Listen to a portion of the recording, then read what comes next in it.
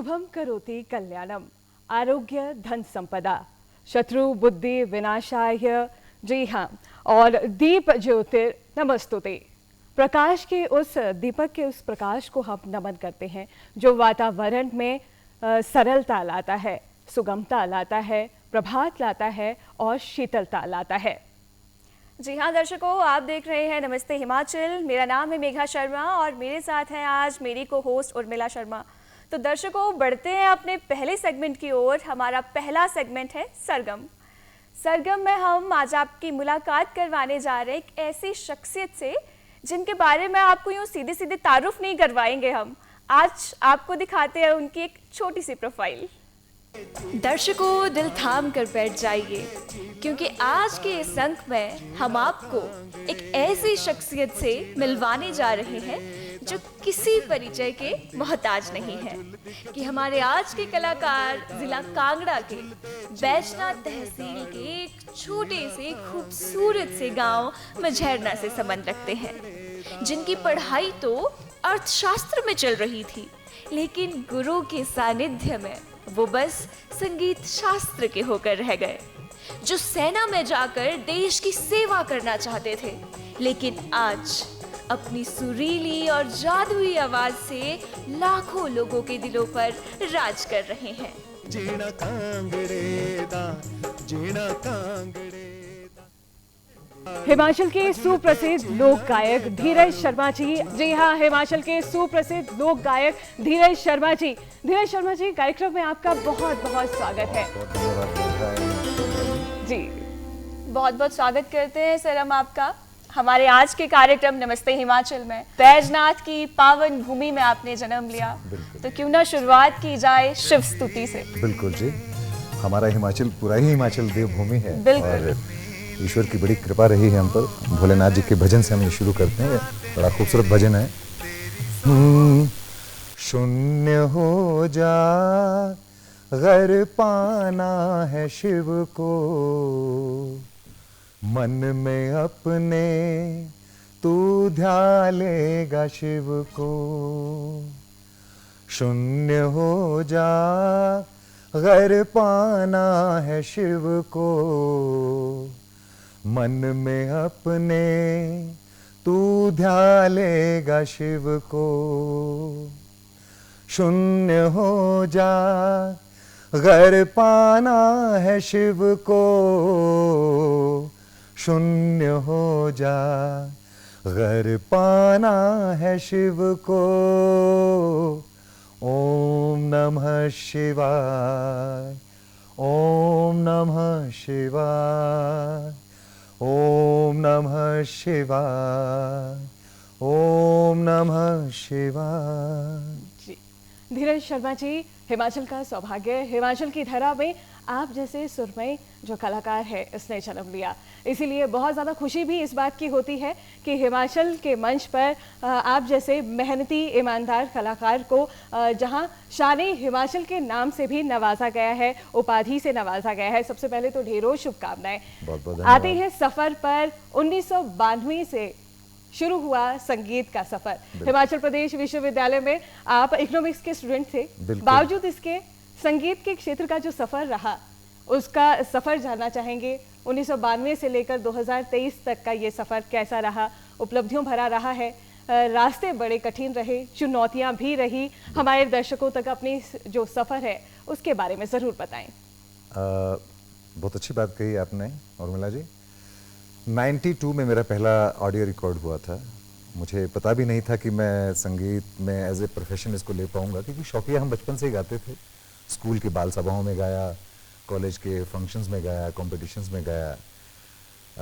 जब यूनिवर्सिटी आया, शिमला यूनिवर्सिटी, तो सब्जेक्ट तो मेरा इकोनॉमिक्स था, अर्थशास्त्र, लेकिन संगीत से बहुत ज़्यादा लगाव था। तो जितने भी कार्यक्रम होते थे हमारे यूनिवर्सिटी के, सब में मैं पार्टिसिपेट करता था। मुझे याद है उस वक्त हमारे वाइस चांसलर थे केसी मल्होत्रा जी। तो एक दिन यूं ही टहलते टहलते समर हिल चौक पे मुझे मिले, शाम को वो घूमते थे जी। तो कहते हैं, Dheeraj you should get out from university. मुझे लगा कि मुझसे कोई बहुत बड़ी गलती हो गई है।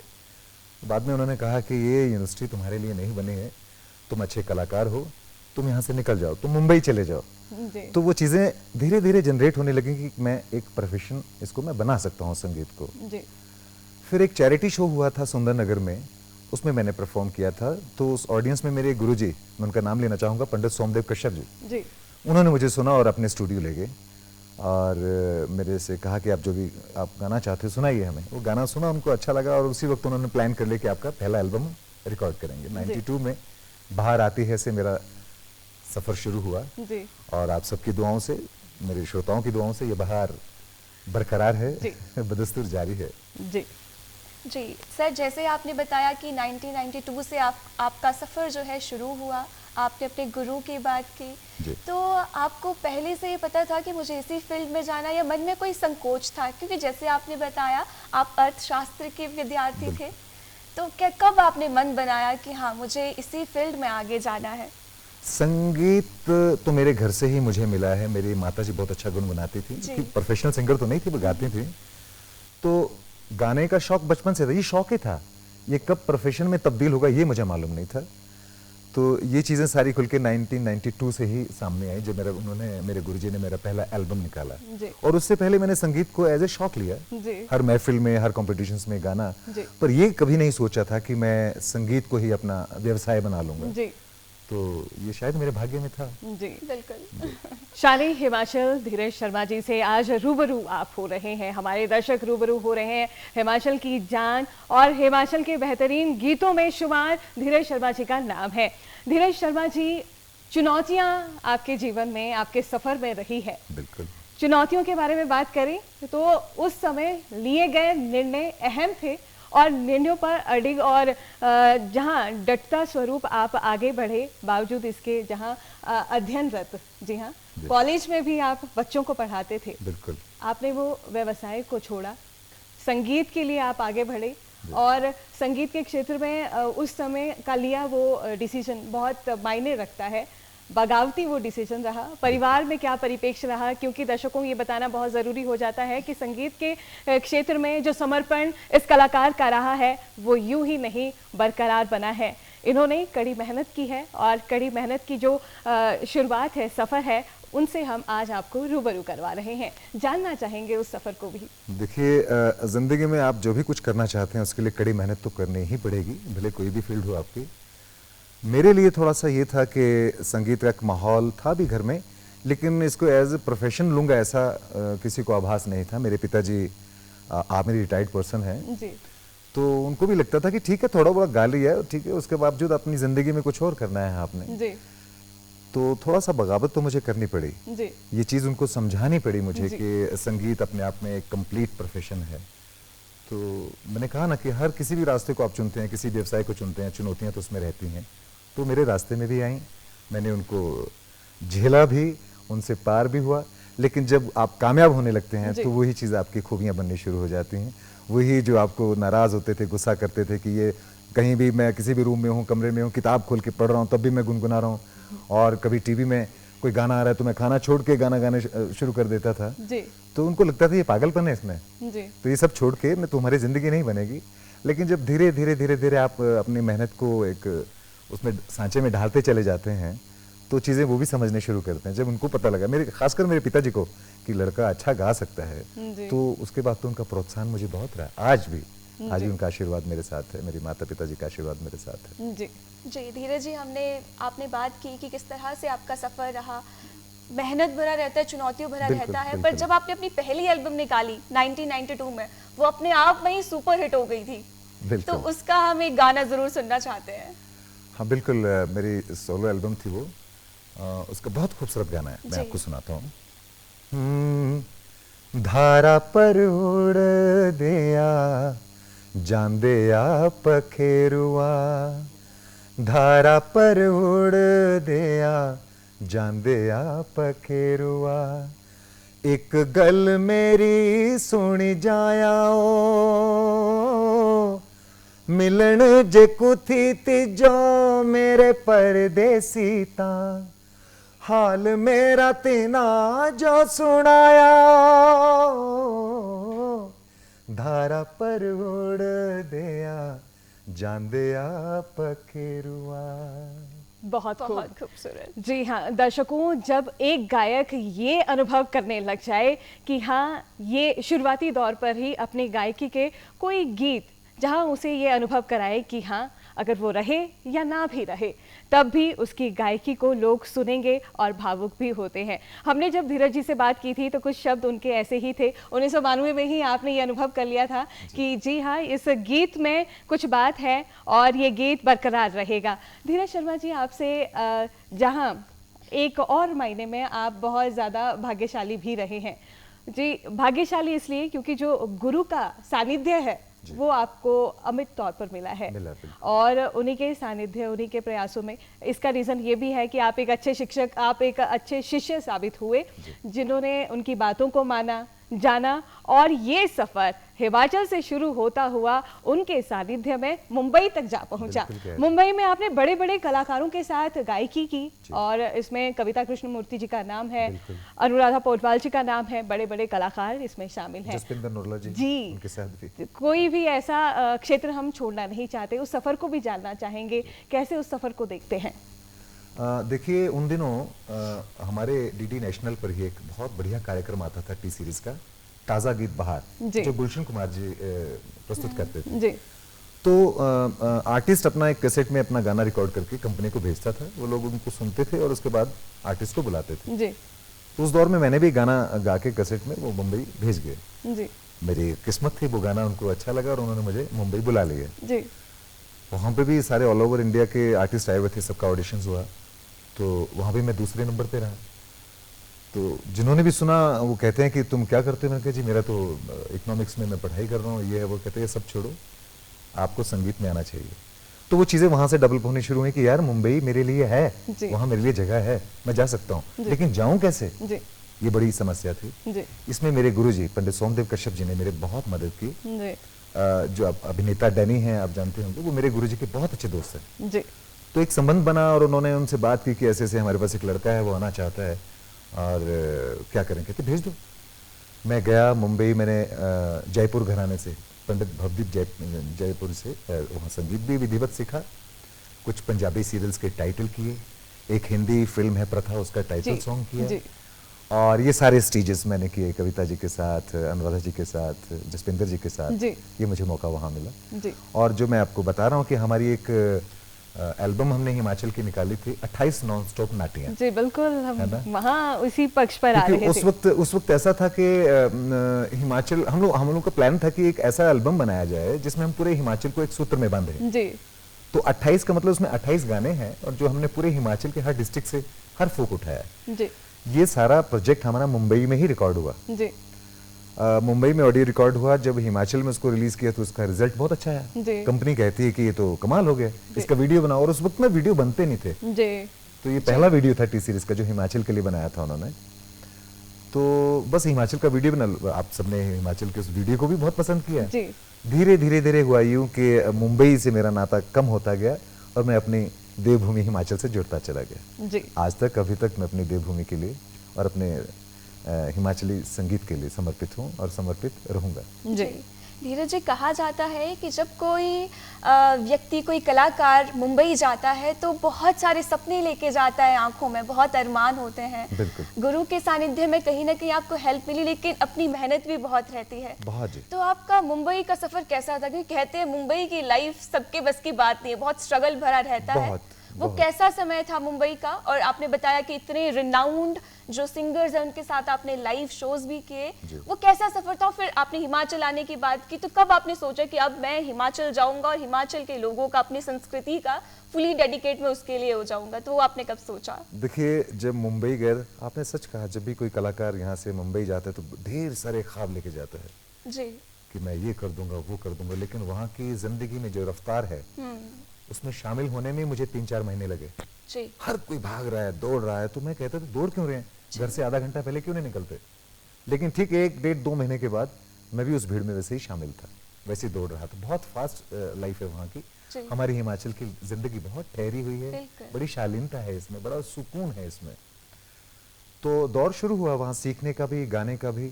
और मुझे नहीं लगता था कि मैं हिमाचल कभी वापस आ पाऊंगा, क्योंकि वहाँ मेरी फील्ड खुलती चली गई, संबंध बनते चले गए, काम मिलना शुरू हो गया।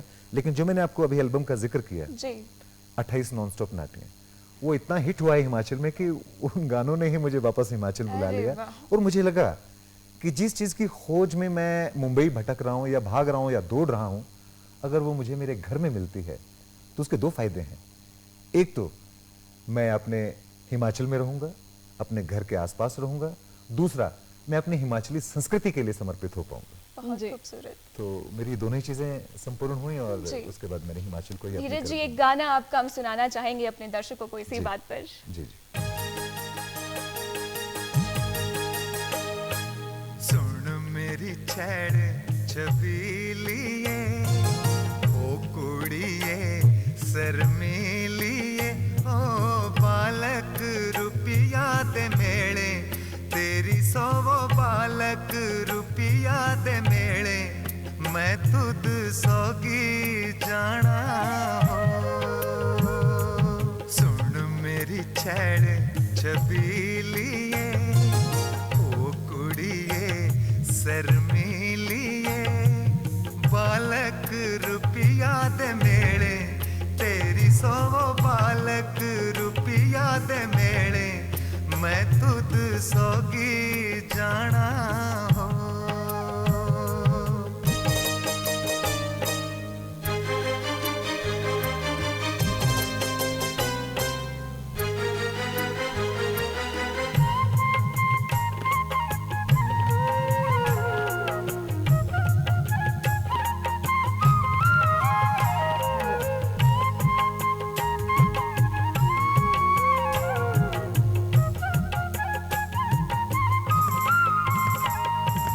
राती भटूरू बनाने ओ, आलूआं दे कचरू पकाने ओ, अंबुए दी पानी खटाई, तेरी सो लैना छड़ोलू सजाई, मैं तुद सोगी जाना हो।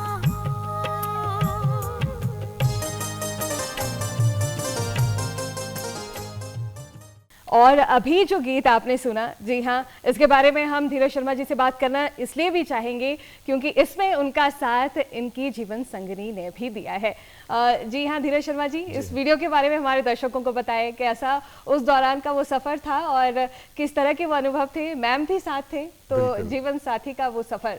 जी जी, मैं बड़ा ही खुश नसीब हूँ कि जो मुझे जीवन संगिनी मिली हैं वो भी संगीत की दुनिया से हैं।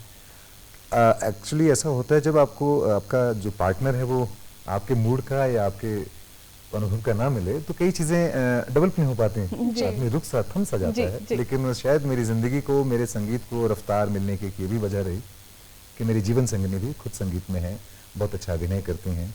अभी उन्होंने मिसेस इंडिया अवार्ड भी जीता और उसके बाद कुछ शॉर्ट मूवीज़ भी की हैं, जी। गाती भी अच्छा जी। हैं, नाचती भी अच्छा हैं, कमाल। अब वो अपने गाने में देख ही जी लिया। जी ये गाना हमारे डिस्ट्रिक्ट कांगड़ा में ही मंदिर है बाबा बालक रूपी का, जी तो जैसे जातर लेके जाते हैं जी। उस तरह का एक कार्यक्रम है और उसमें मेरे साथ मेरी धर्मपत्नी है, जी गाया भी उन्होंने है मेरे जी, साथ और जी। आपने देख ही लिया। जी जी धीरज जी, हम मौका नहीं छोड़ना चाहते जी। मंच के माध्यम से मैम तक जो आपके शब्दों का जो रुख है वो पहुंच जाए।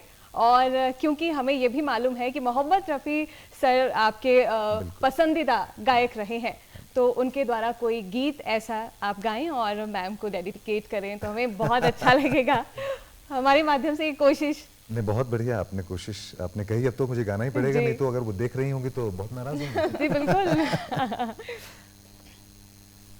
ना झटको जुल्फ से पानी, ये मोती फूट जाएंगे, तुम्हारा कुछ न बिगड़ेगा मगर दिल टूट जाएंगे।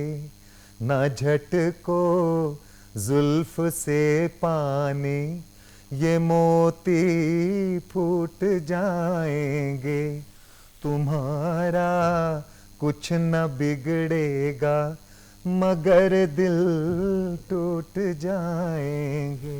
जी बहुत उम्दा, बहुत मिठास आपके गीत के माध्यम से मैम तक जरूर पहुंच गई होगी। धीरज जी, जैसे आपने बताया मैम के बारे में कि वो जो है आपके लिए गाने भी लिखती हैं, वो हमने ये भी बिल्कुल, सुना है, बिल्कुल। और अच्छा अभिनय करती है, मिसेस मनाली वो रही है, मिसेस इंडिया रही है, बहुत सी उपाधियां और पुरस्कार उनके नाम है। बिल्कुल। पर आप भी मुंबई जैसे शहर में आपके कभी आपको ऑफर्स नहीं आए कि धीरज जी इस पे आप अभिनय कर ले, क्योंकि आप इतना अच्छा बोलते हैं, गाते हैं, पर्सनालिटी इतनी सुंदर है आपकी, तो कभी बोला नहीं कि आप अभिनय कर ले जरा? बहुत अच्छी बात पूछी आपने। जी हुआ यूं कि हमारे आदरणीय अनुपम खेर जी, तो होता ही है, जैसे आप हिमाचल से गए हैं तो हमारे हिमाचल के कितने वहाँ स्टैब्लिश्ड आर्टिस्ट, बिल्कुल। डायरेक्टर या प्रोड्यूसर्स, उनसे जी। जरूर मिलो। तो उनको मैं मिला, एक दो बार मिलता रहा बीच में। उनके कोई सीरियल का प्लानिंग था, तो उस सिलसिले में उनसे मैं उनके ऑफिस में मिलने गया। मेरी मंशा ये थी कि मैं गाऊंगा। जी तो जैसे उनके सामने बैठा तो कहते हैं, धीरज यार, एक सीरियल में पुलिस इंस्पेक्टर का रोल है, तुम करोगे क्या? थोड़ी देर तो मुझे वो समझ में ना आए, मैं करूं तो करूं क्या, जी क्योंकि मुझे लगता था कि अगर मैं अभिनय में चला गया तो कहीं मेरा संगीत मुझसे छूट ना जाए, अरे क्योंकि दोनों चीजों को पैरेलल चलाना बहुत ही मुश्किल होता है। जी और जुनून था कि मैंने एज ए सिंगर ही अपने आप को डेवलप करना है। तो मैंने ना कर दी जी कि सर मैं पुलिस इंस्पेक्टर तो नहीं बन पाऊंगा, पर आपके इस सीरियल का जो टाइटल सॉन्ग है वो मैं जरूर गा दूंगा। जी तो कहने लगे इस सीरियल का तो गाना हो चुका है, नेक्स्ट का हम देखेंगे। तो इस तरह से वो अभिनय का मुझसे थोड़ा सा एक कदम का फासला रह ही गया। बहुत जी खूबसूरत। समर्पण का एक और उदाहरण हमने अभी जाना धीरज शर्मा जी से, जहां बच्चों को कॉलेज में ये पढ़ा रहे थे, उसे भी इन्होंने त्यागा, और मुंबई जैसे शहर में इनको ऑफर्स भी मिले, उसे भी इन्होंने दरकिनार किया। मामला सिर्फ एक कि संगीत के क्षेत्र में ही आगे बढ़ना है, संगीत के क्षेत्र में ही आगे निखरना है, और ये प्रयास इनके सफलता के आयामों को श्रेष्ठ करते चले गए। 2001 का जिक्र करना चाहेंगे। 28 नॉन स्टॉप जो नाटीज है वो आई, और मैं आपको बताना चाहूँगी कि दर्शक में मैं भी शुमार थी। जब ये नाटी हमारे सभी दर्शक देखते थे तो झूमने को मजबूर हो जाते थे। इसका कारण ये भी है कि रिदम एक गीत जैसे खत्म हुआ, दूसरा वैसे ही शुरू हुआ। लोकेशन इसमें जबरदस्त थी, आपके द्वारा अभिनय भी किया गया था, नृत्य किया गया था, और एक पूरा टीम वर्क था। और जहां आपने कहा कि एल्बम पहली बार वीडियो एल्बम जो हिमाचल में शुरुआत आपकी हुई, उसमें जो प्रसिद्ध गीत थे वो अगर आप हमारे दर्शकों के लिए गुनगुना ले तो वो यादें ताज़ा हो जाए। बिल्कुल बिल्कुल, वो मेरी जिंदगी का भी बहुत ही इम्पोर्टेंट, बहुत ही बड़ा एक प्रोजेक्ट था जी। आज भी हम सुनते हैं, अच्छा लगता है। और बहुत आर्टिस्ट हमारे हिमाचल के उन गानों को अपने मेलों में स्टेजेस पे परफॉर्म करते हैं। मैं भी एक दो गाने आपको सुनाई देता हूँ। इस गराए दिया लंबड़ा हो इना छोरुआ जो, हाँ इना जागता जो लिया समझाए, के बता जांदे सिटी मार दे, के बता जांदे सिटी मार दे।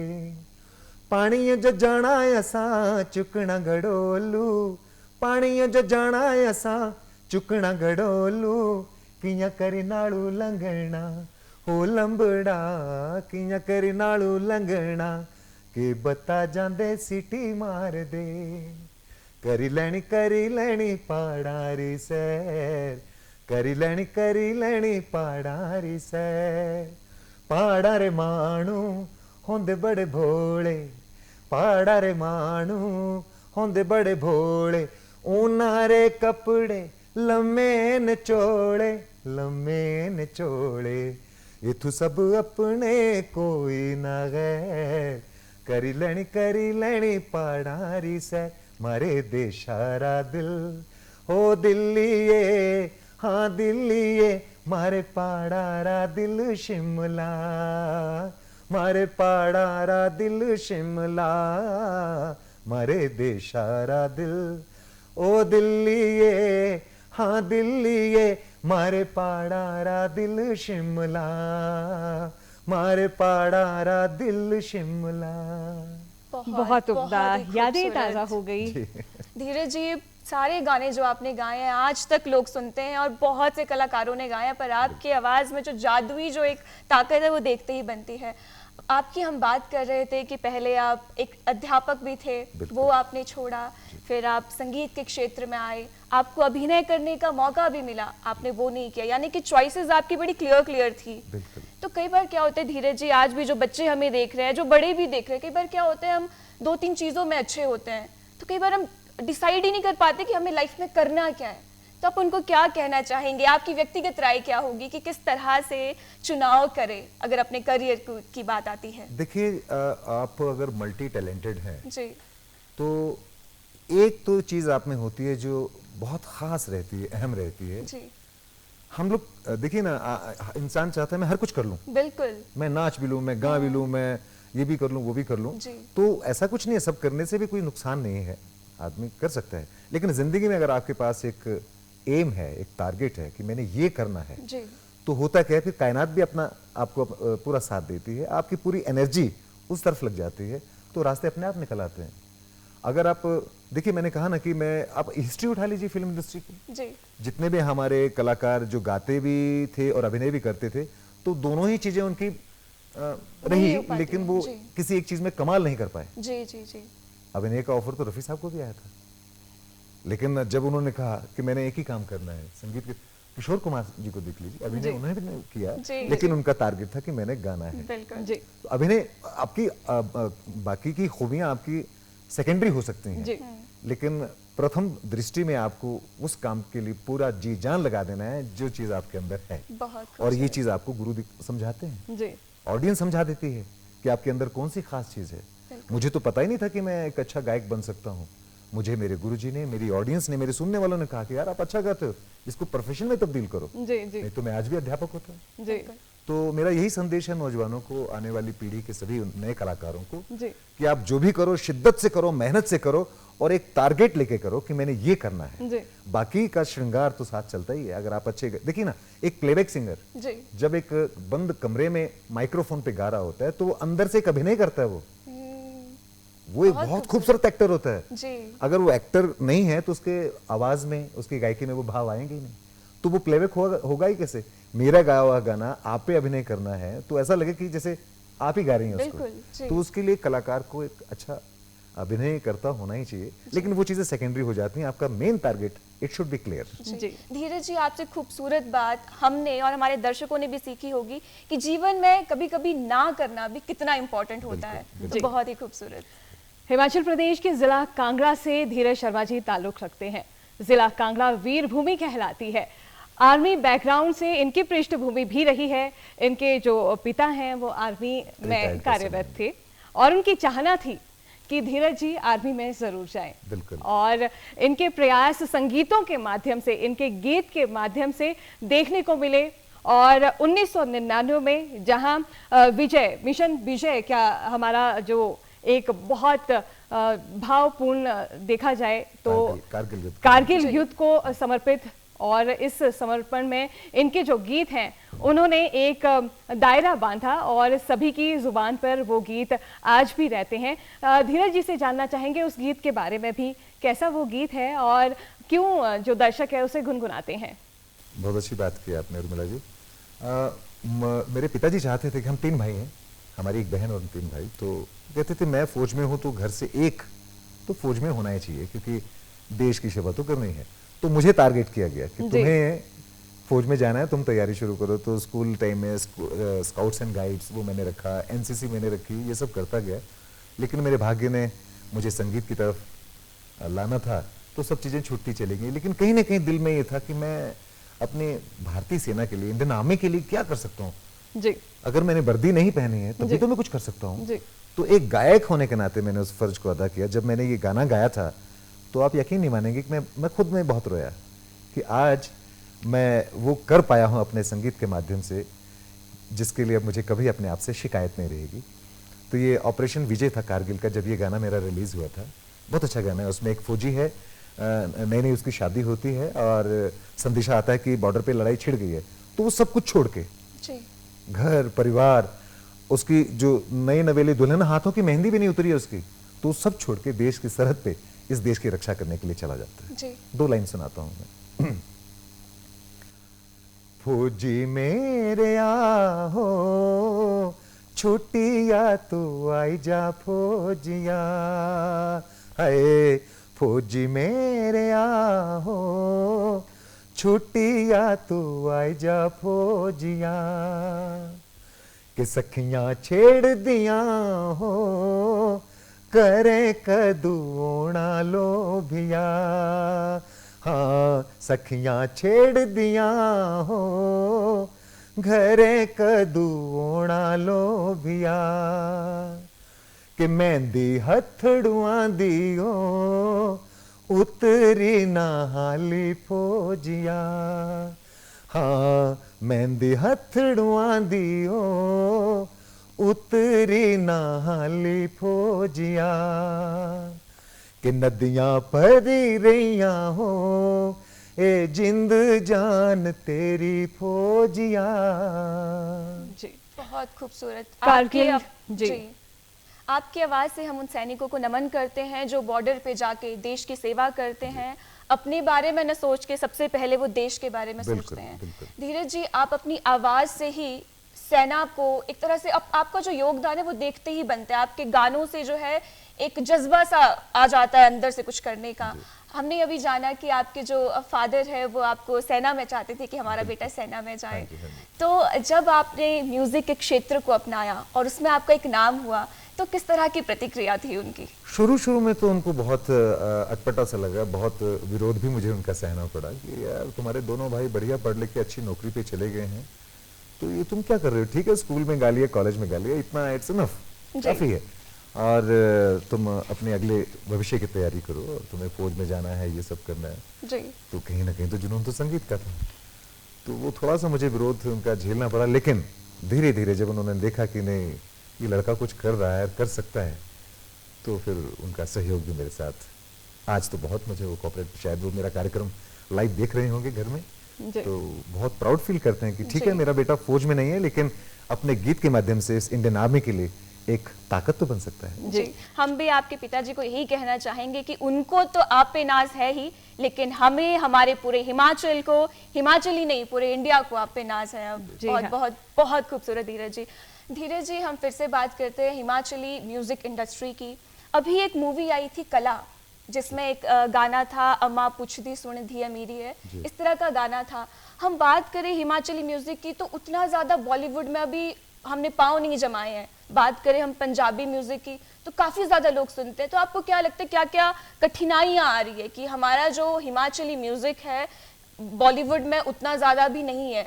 अब एक ही ट्रेंड सा बन गया है कि जब भी कोई बॉलीवुड मूवी बनती है उसमें एक ना एक पंजाबी गाना तो ज़रूर होता है। तो क्या रीजंस है उसके? देखिए, सबसे बड़ा रीजन तो ये है कि मेरे हिमाचल की अपनी बोली ही नहीं है, भाषा ही नहीं है। सॉरी जी, हिमाचल की भाषा ना होना सबसे बड़ा एक ड्रॉबैक है। हमारी बोलियां हैं, कांगड़ी बोली, मंडियाड़ी बोली, कुल्लवी बोली, जी।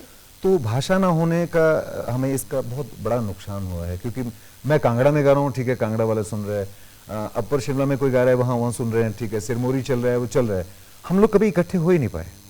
जी। पंजाब भी एक भाषा है, जी। उनका एक व्याकरण है, और पंजाब को पूरा हिंदुस्तान सुनता है। जी जी। ये सबसे बड़ा ड्रॉबैक रहा हमारा। दूसरा कि कुछ साधनों के अभाव भी रहे। मैंने कहा कि हिमाचल की जिंदगी बड़ी सरल, सुगम और ठहरी हुई है, रफ्तार नहीं है इसमें, तो वो भी एक वजह रही कि हम लोग बहुत ज़्यादा प्रोग्रेस नहीं कर पाए। लेकिन आज परिस्थितियाँ बदली हुई हैं। जिस तरह से हमें शिमला दूरदर्शन का सहयोग मिल रहा है, आकाशवाणी का सहयोग मिल रहा है, तो वो दिन दूर नहीं है मेघा जी और उर्मिला जी कि हमारा हिमाचली फोक भी बॉलीवुड में अपना डंका बजाएगा। बहुत खूबसूरत धीरज जी। धीरज जी, जहां आपने एक ऐसे दौर को बरकरार रखा जहां सुरमई संगीत का सफर रहा, लाजवाब ये गीत रहा, संगीत के सफर के साथ साथ अब के परिप्रेक्ष्य में जहां जो नए गायक कलाकार उभर रहे हैं और वो आपसे जानना भी चाहेंगे, प्रेरणा भी आपसे लेते हैं, पर वो जो संगीत में जो बरकरार है, उसके जो गरिमा है, वो बनाने में अभी थोड़ा सा जो अभाव दिख रहा है। जबकि आप और आपके समय में हिमाचल के लोक गीतों में उम्दा समय देखा है। तो किस तरीके से देखते हैं, किस तरीके से हमारे जो युवा वर्ग जो इस दिशा में आगे आना चाहते हैं उनके लिए आपके सुझाव रहेंगे? बिल्कुल, आपने बड़ी अच्छी बात कही। उर्मिला जी, हुआ क्या, मैं आज भी देखता हूँ, एक दो कार्यक्रम में मैं एज ए जज भी गया, तो जितने हमारे नौजवान सिंगर हैं, नए यंगस्टर्स, पंजाबी गा रहे हैं। जी। मैंने टोका उनको, कि कहाँ से हो? कहते हिमाचल से। मैं कहा हिमाचली क्यों नहीं गा रहे हो? नहीं जी हमें पंजाबी अच्छा लगता है। उसका कारण ये है कि पंजाबी चैनल्स इतने हैं जी और उसमें शक भी नहीं है, मैं कोई दोहराया नहीं है कि इतना फ्लोरिश है पंजाबी फोक, अपना फोक तो नहीं लेकिन जो आज का जो संगीत है कि नए बच्चे उसको गाना चाहते हैं। जी हिमाचली लोकगीत गाना ही नहीं चाहते। होना तो ये चाहिए कि वो अपने हिमाचल के अपने लोक संगीत को गाएं। नहीं, कहते जी हमें अगर हिमाचली गाना तो हमारा तो करियर ही नहीं है, पंजाबी गाएंगे तो बहुत बड़ी फील्ड है हमारे पास और उसमें कोई शक भी नहीं है। ये बहुत मुझे बुरा लगा उस वक्त कि हमें और कोशिश करनी होगी, हम सबको मिलकर ये कोशिश करनी होगी कि हिमाचली कलाकार जो भी अपना करियर कहीं भी बनाना चाहे संगीत के क्षेत्र में, वो अपने फोक को, अपनी कला को ना छोड़े। क्योंकि जिस दिन पेड़ अपनी जड़ें छोड़ देता है उसका सूखना तय होता है। जी तो मैं तो यही कहूंगा आने वाले बच्चों से कि गाएं, आप पंजाबी गाएं, आप भोजपुरी गाएं, आप दिल्ली जाएं, बॉम्बे जाएं, लेकिन ना हिमाचल को भूलें, ना हिमाचल की संस्कृति को भूलें, ना अपने लोक संगीत को भूलें। ये तो उनके माता पिता से भी मैं ये अनुरोध करना चाहूंगा कि अगर आपके बच्चे अच्छा गाते हैं तो उनको कहो कि आपके संगीत के सफर में अगर आपने कामयाब होना है तो अपने हिमाचली संगीत को गाना कभी न छोड़ें। बिल्कुल, आपके दर्शकों प्रयास जैसे अभी भी जी। बरकरार हैं और आपकी प्रोडक्शन हाउस में जहां युवाओं को मौका मिल रहा है, हुनर को मौका मिल रहा है, आप वो मंच उन्हें अभी भी प्रदान कर रहे हैं, उसके बारे में हमारे दर्शकों को बताएं। हम लोग कोशिश कर रहे हैं कि इवेंट्स किए जाएं, बच्चों को मंच दिया जाए। क्योंकि देखिए बड़ी अच्छी बात है, जब हम लोगों का सफर शुरू हुआ था तो हमें ये मंच नहीं मिलते थे, जी स्टेजेस मिलते ही नहीं थे, बड़ा मुश्किल होता था, बड़े धक्का मुक्की मार के कहीं 10 मिनट 5 मिनट अगर गाने को मिल गए तो बहुत बड़ी बात होती थी। आज बदला हुआ है सब जी कुछ। जी आज कई मीडिया पार्टनर्स हमारे जो खुद के अपने कई प्रोग्राम्स कर रहे हैं, कई संस्थाएं हैं जी जो ऐसे टैलेंट हंट शोज कर रही जी हैं, तो उनमें हमें भी मौका मिलता है और उस वक्त हम इस चीज़ को फ्लोरिश कर रहे हैं कि जो भी नए बच्चे आते हैं उनके लिए कंडीशन ही लगा देते हैं अब कि भैया आपने आना है, ऑडिशन देना है तो पहले आपको हिमाचली गाना होगा। तो एक तो उनको मंच दिए जा रहे हैं, जी ऊपर से हम चाहते हैं कि हमारा लोक संगीत जो है वो जीवंत रहे आगे तक, क्योंकि अगर आज वो बच्चे नहीं गाएंगे तो वो अपनी पीढ़ी को कुछ भी नहीं दे पाएंगे, वो हम तक ही सिमट के रह जाएगा। तो ऐसा ना हो, तो हम कोशिश करते हैं नए बच्चों को जहां भी ऑडिशंस के लिए बुलाते हैं, हमसे गवाते हैं, उनको मंच देते हैं। और नो डाउट बहुत टैलेंटेड बच्चे हैं, बाई बर्थ कहाँ से सीख के आते हैं, भगवान जाने माँ सरस्वती ने उनको कब इतना बड़ा आशीर्वाद दिया है। तो उस आशीर्वाद को फलीभूत इस तरह से करें कि वो अपने घर को, अपने प्रदेश को भी रोशन करें, साथ साथ उस संगीत को भी और लोक संगीत को भी बढ़ाएं, ऐसी हमारी कोशिश रहती है। बहुत खूबसूरत। दर्शकों, जैसे धीरज जी ने कहा कि मौके अपार है और टैलेंट की कमी बिल्कुल नहीं है और अब जो है बच्चों को मंच दिया जा रहा है। लेकिन धीरज जी, हम बात करना चाहेंगे, आपका एक म्यूजिकल ग्रुप भी है, धीरज म्यूजिकल ग्रुप, थोड़ा उसके बारे में हमारे दर्शकों को बताएं। हाँ, मेरा बहुत अच्छा एक म्यूजिकल ग्रुप है और उस ग्रुप में ऑल ओवर इंडिया बहुत सारे शोज़ किए हैं। मुंबई में कई शोज़ किए हैं, हैदराबाद में हमने शोज़ किए हैं, चंडीगढ़, दिल्ली, हिमाचल में तो हम कर ही रहे हैं। तो जितने भी हमारे स्टेट लेवल के, इंटरनेशनल लेवल के फेस्टिवल्स होते हैं, मेरा पूरा बैंड, मेरा ग्रुप मेरे साथ चलता है। उसमें मेरे म्यूजिशियंस हैं, मेरी को स्टार्स हैं, को डांसर्स हैं, फीमेल सिंगर्स भी हैं। उसमें कई बार मेरी धर्मपत्नी मिसेज मोनिका शर्मा भी मेरे साथ गाते हैं। हाँ, उनसे बात मुझे याद आई, आप देशभक्ति की बात कर रही थी, तो एक बहुत खूबसूरत गाना हमने दूरदर्शन के लिए किया था पिछले साल, जो हमारा आज़ादी का अमृत महोत्सव हमने मनाया था। तो वो देशभक्ति वाला गाना मोनिका शर्मा ने ही लिखा है। अरे वाह। और उसे गाया मैंने। 2 लाइन में जरूर उसकी सुनाना चाहूंगा। जय हिमाचल, जय जय हिमाचल, जय हिमाचल वीर भूमि, देश ने गुण गाया है, देश की आजादी में तूने अपना फर्ज निभाया है। जय हिमाचल वीर भूमि, देश ने गुण गाया है, देश की आजादी में तूने अपना फर्ज निभाया है। जय हिमाचल, जय जय हिमाचल। बहुत खूबसूरत धीरज जी। तो दर्शकों, ये थे हमारे साथ हिमाचल की आवाज़, हिमाचल की शान, धीरज शर्मा जी। आज के इस अंक में इतना ही। आज हमारे साथ ही धीरज शर्मा जी। आपको छोड़े चलते हैं इनके खूबसूरत ट्रैक के साथ। धन्यवाद। मैं भी आपका बहुत बहुत धन्यवाद करना चाहूँगा मेघा जी और उर्मिला जी, और साथ ही साथ दूरदर्शन का, शिमला का बहुत बहुत धन्यवाद। बहुत बहुत धन्यवाद।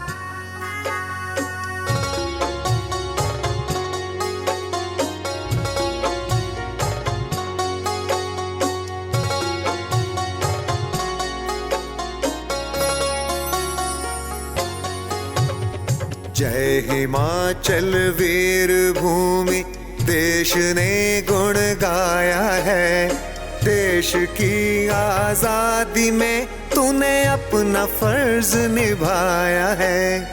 जय हिमाचल, जय हिमाचल, जय हिमाचल वीर भूमि देश ने गुण गाया है, देश की आजादी में तूने अपना फर्ज निभाया है। जय हिमाचल, जय हिमाचल।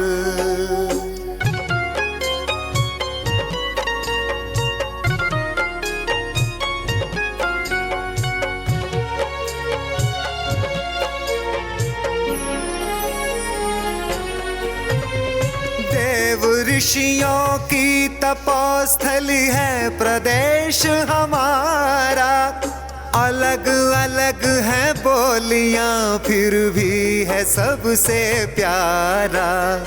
देव ऋषियों की तपोस्थली है प्रदेश हमारा, अलग अलग है बोलियां फिर भी है सबसे प्यारा। जय हिमाचल, जय हिमाचल।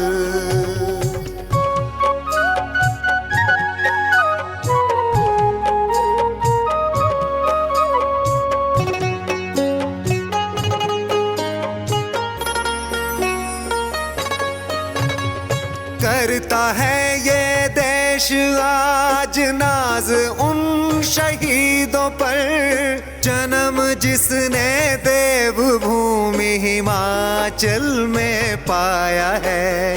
करता है ये देश आज नाज उन शहीदों पर, जन्म जिसने देवभूमि हिमाचल में पाया है। जय हिमाचल, जय हिमाचल।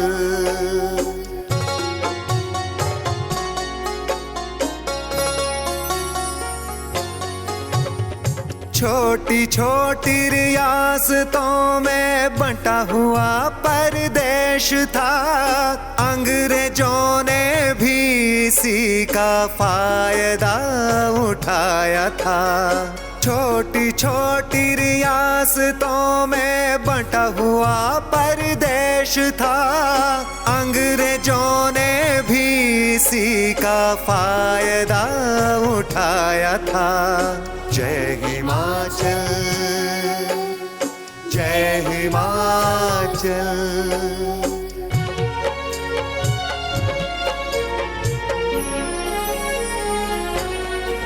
संसार चंद राजा जैसे वीर योद्धा भी हुए, आजादी की खातिर मुगलों को भगाया था। संसार चंद राजा जैसे वीर योद्धा भी हुए, आजादी की खातिर मुगलों को भगाया था। जय हिमाचल,